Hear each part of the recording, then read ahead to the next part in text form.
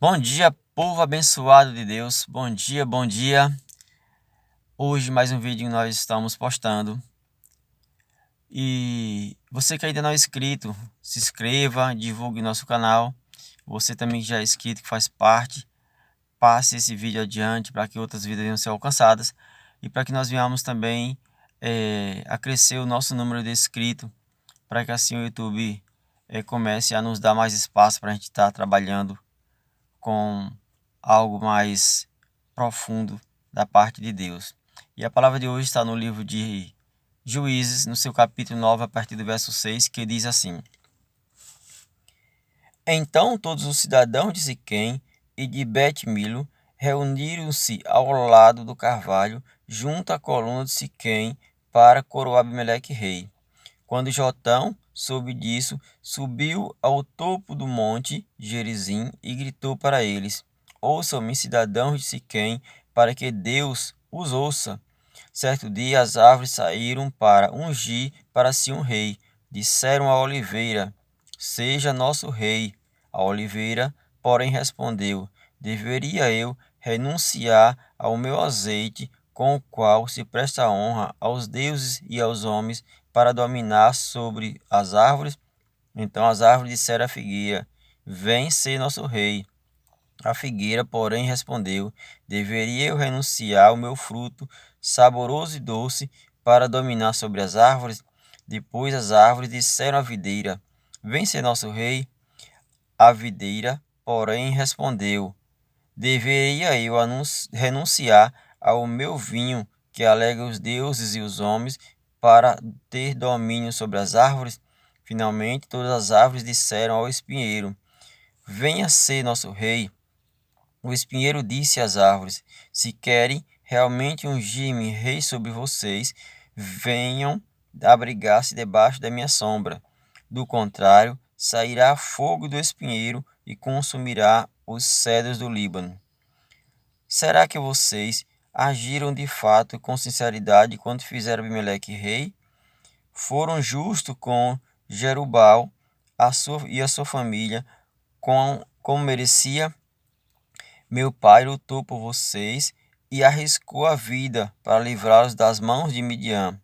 Hoje, porém, vocês se revoltam contra a família de meu pai. Mataram seus 70 filhos sobre a mesma rocha e proclamaram Abimeleque rei, o filho da serva, rei sobre os cidadãos de Siquém, pelo fato de ser irmão de vocês. Glória a Deus. Essa história é uma história muito, diria eu, delicada e ao mesmo tempo muito importante para os nossos dias atuais. Porque a gente sabe que nos últimos tempos nós temos, diria eu, fugido da nossa responsabilidade.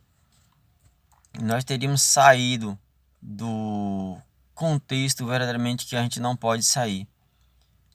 As pessoas muitas vezes falam assim: ah, não, a igreja não pode se envolver com política. Eu acho que a igreja não pode fazer política. Mas envolvido nós já estamos desde o início. Desde que Israel pediu um rei a Deus, porque Deus era o nosso rei.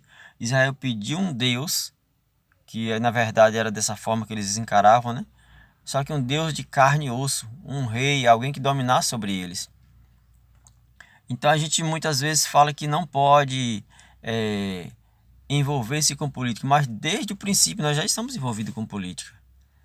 Não estou dizendo que a igreja tem que fazer política, muito pelo contrário, mas ela tem que direcionar, tem que ter alguém com capacidade para dizer o que deve, o que não deve, quais são os projetos, quais são os conceitos, o que ele defende, o que ela defende, o que o partido defende. Porque a gente sabe que tudo que nós vamos fazer aqui embaixo, infelizmente, se não for algo espiritual, tem política envolvida no meio.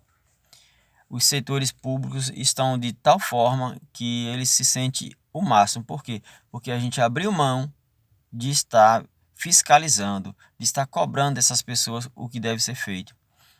E aqui a Bíblia vai dizer que Jotão, filho de Gideão, foi o único que escapou dos 70 morreram, escapou ele, era mais novo, mais jovem, se escondeu e fugiu. Mas quando ele soube que o filho bastardo foi quem promoveu essa matança, essa carnificina contra os seus irmãos, ele sobe ao monte ainda com coragem, porque outro não iria, fugiria para bem longe. Ele vem, sobe no Monte Gerizim e ele chama a atenção daquele povo, sabendo o risco que ele tinha de morrer, mas mesmo assim ele levanta a voz e ele diz: vocês acham justo o que vocês fizeram? Um homem que matou 70 irmãos, e só não me matou porque eu fugi, e vocês ungirem ele sobre rei de Siquém? Hoje a nossa coragem, ela foi trocada por algo que, olhando com a nossa visão humana, até me entristece. Porque tudo que nós falamos hoje em dia, nós falamos assim: só precisamos orar. Temos que orar. Temos que orar sim. Precisamos orar sim. Mas precisamos agir também. A Bíblia nos diz que as coisas desse mundo não nos pertencem mais.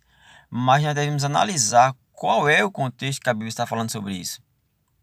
A Bíblia está falando para a gente não focar, não colocar isso no lugar de Deus, como se fosse Deus.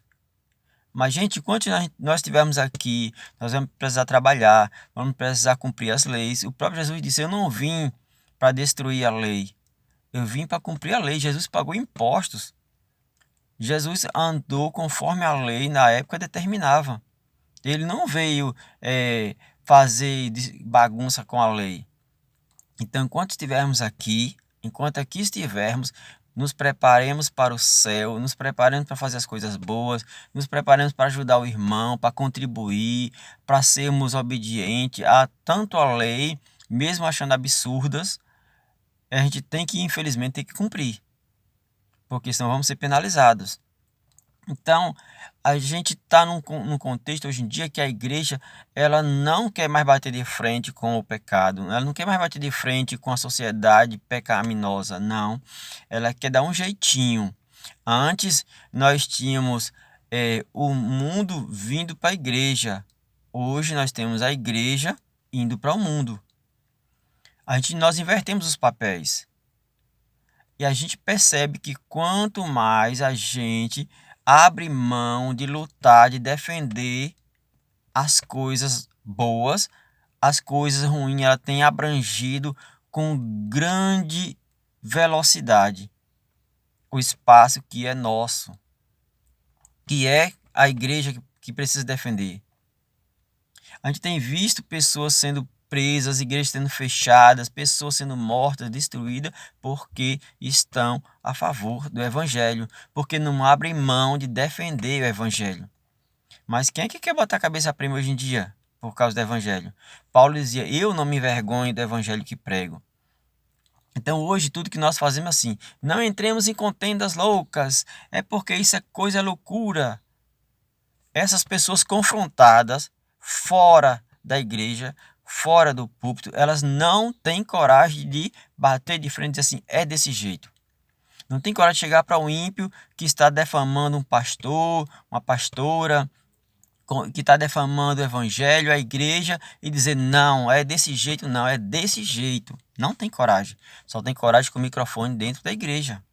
Infelizmente, poucos têm coragem de colocar a cara na janela e dizer: ei, não concordo não. E quando essas pessoas fazem, elas são taxadas de A, B, C, D, mas de boa não. De defensor do evangelho, jamais, nunca. Aí eu pergunto, já que não posso falar da casa dos outros, eu falo da minha casa. Será que estamos preparados para uma perseguição à igreja brasileira? Será que se a igreja brasileira começar a ser perseguida aqui, não está muito distante não? Será que nós vamos ter coragem de bater de frente e defender o evangelho nas ruas? E as pessoas dizerem: não pode pregar, e nós pegávamos uma Bíblia e saímos para a rua para pregar o evangelho, que é algo que é garantido pela Constituição brasileira? Será que nós temos coragem de fazer como se faz em outros países aí fora, que as pessoas morrem e não negam a Jesus? Será que nós temos coragem de fazer como os irmãos que eram queimados vivos nas fogueiras, nas cruzes, no meio das ruas, que as pessoas eram destruídas, laceradas por ursos, leões, famintos nas arenas? Temos essa coragem? Será que temos coragem de fazer como Abraão fez quando Deus pediu Isaac e ele foi lá no monte para sacrificar o filho? Será que nós temos coragem de fazer como Esther fez? Entrar na presença do rei e botar a cabeça dela a prêmio? Será que tem coragem de fazer como Mardoqueu fez? Com a forca preparada para enforcar ele, e ele buscar a Deus e inverter o quadro, e quem preparou a forca morreu na forca? Será que estamos preparados para defender nossa família de qualquer investido inimigo porque nós somos cristãos? Porque nós somos pastores?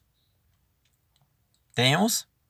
Ah, mas irmão, nós temos que defender aquilo que nós cremos. Nós temos que defender aquilo que é verdade, aquilo que é de Cristo, porque Ele morreu, maior preço Ele pagou por mim, pecador, podre no pecado, onde